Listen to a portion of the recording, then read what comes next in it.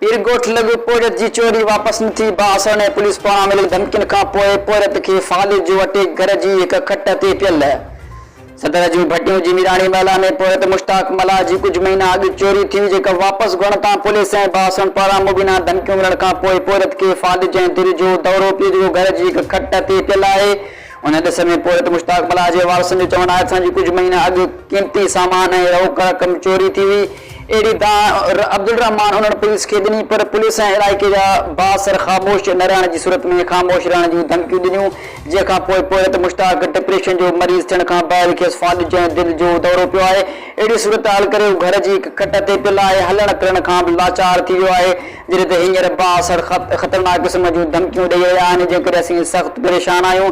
हिननि DIG सकरे SP Khairpur खां घुर कई त चोरी थियल सामान वापसि कराए तहफ़ुज़ फ़राहम कयो वञे।